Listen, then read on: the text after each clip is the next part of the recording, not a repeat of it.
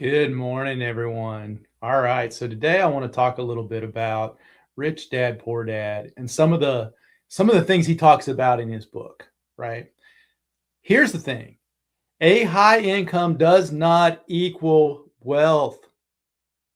Even if you're making 500,000 a year or $1 million a year or even $100,000 a year, depending on where you are, it does not equal wealth. And here's the reason behind all that. You know, if we've got a constant income coming in and all of a sudden that income is shut down, what are you going to do? What do you have left? How are you going to make ends meet? Do you still have money coming in that's going to allow you to live the lifestyle that you were living with that income? And if the answer to that is no, what you really need to think about is, are you truly wealthy? And how are you going to solve it if you're not? Now, here's kind of the mindsets that are in Rich Dad, Poor Dad. We have the poor dad who is secure, educated, but has that broke mindset. And then we have the rich dad who is an entrepreneur, has a wealth mindset, who is always trying to figure out how he's going to make money. And I believe I was this exact same person.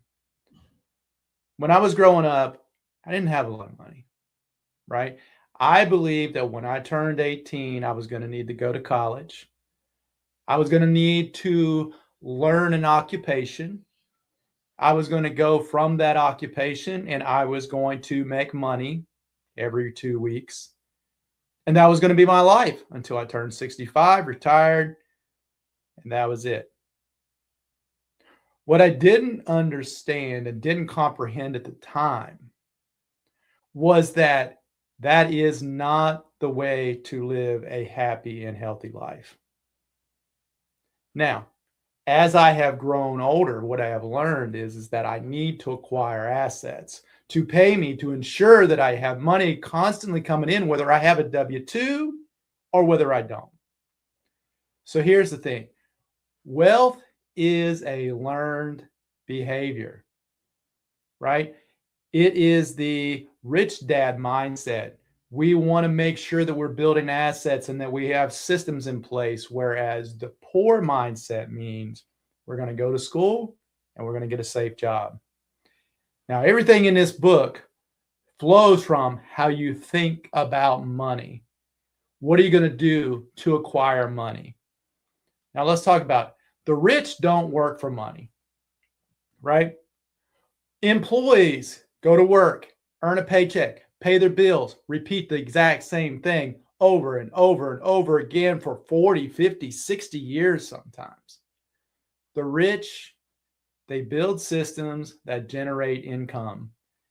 Fear and greed trap people in jobs, whereas the entrepreneurs are able to go in, figure out how to bring money in and keep this working. Now, what I'm going to tell you is about 10, 15 years ago, what I started to learn was that assets can pay me. A perfect example is my multifamily investing.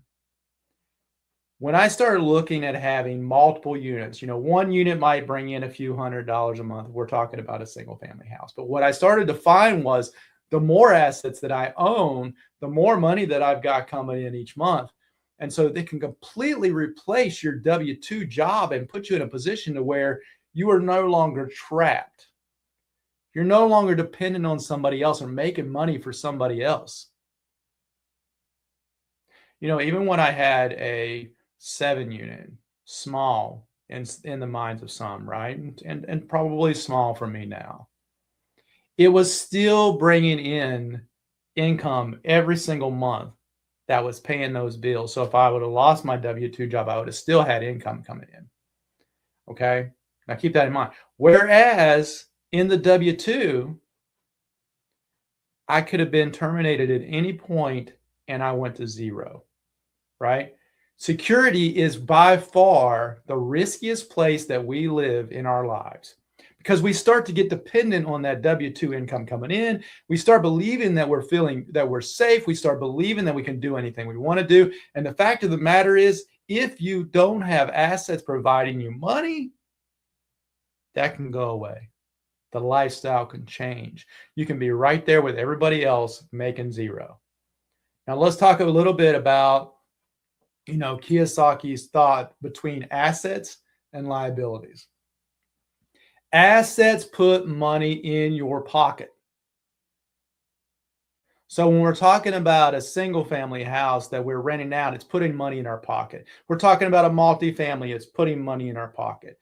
All of those things put money in our pocket. So that's considered an asset.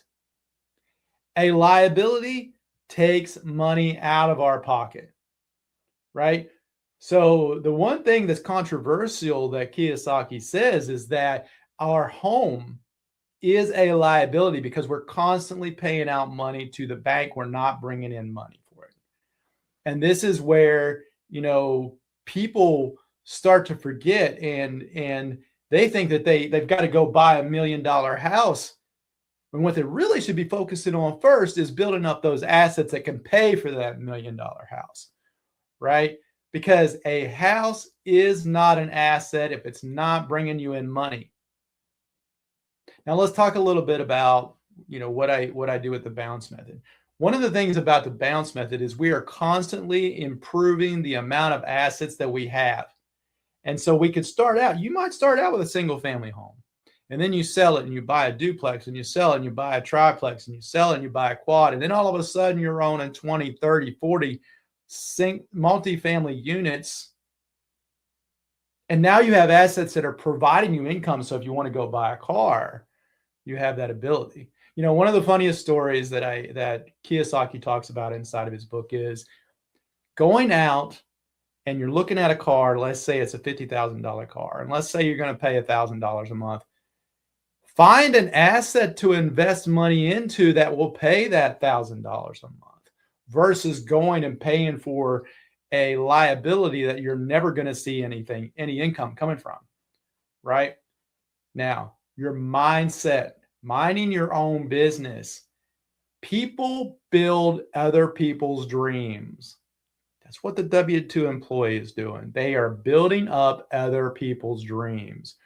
Whereas the rich people are building their own dreams, building their own assets, putting things into the asset column, such as real estate and businesses and investments. Now, next thing, taxes.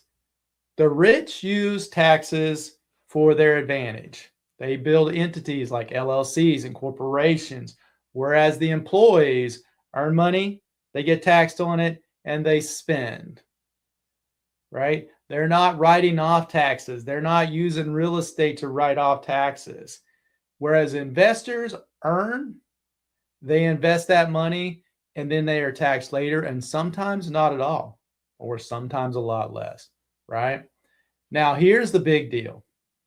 It is important to learn financial education. You need to make sure you have financial education. You know how to use money. You know how to have assets. You know how to use the velocity of money to make things happen in your life, because schools do not teach kids the importance of money and how to have financial literacy, which is a key skill in our life, right? So what we have to make sure that we understand is how to cash flow, how to invest, how to understand risk assessment.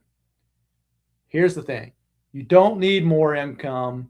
All you need is a better understanding of money, how to make it work for you, and how to continue growing.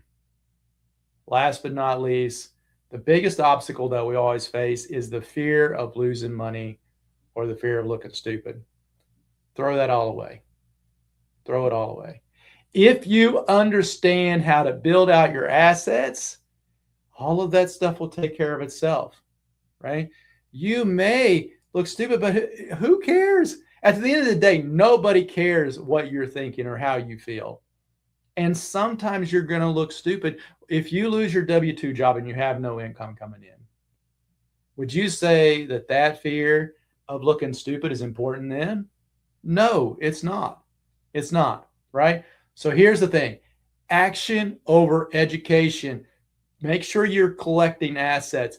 Make sure that you're investing in things such as multifamily, or you're understanding the concepts of creative financing. You can understand how to underwrite on actuals versus pro forma, and you know what the velocity of money actually means. Now, here's the thing. Kiyosaki teaches assets. I teach how to go out and buy them. Now, let's close this out. Mindset over income. Number one, assets over liabilities. We're going to collect assets that are going to pay us instead of paying for other assets. And action always over fear. The biggest goal isn't to work harder, it's to think differently and to push yourself into the ability to have financial literacy that'll make money for you, put money in your pocket, and ensure that you live the lifestyle that you want. Thank you.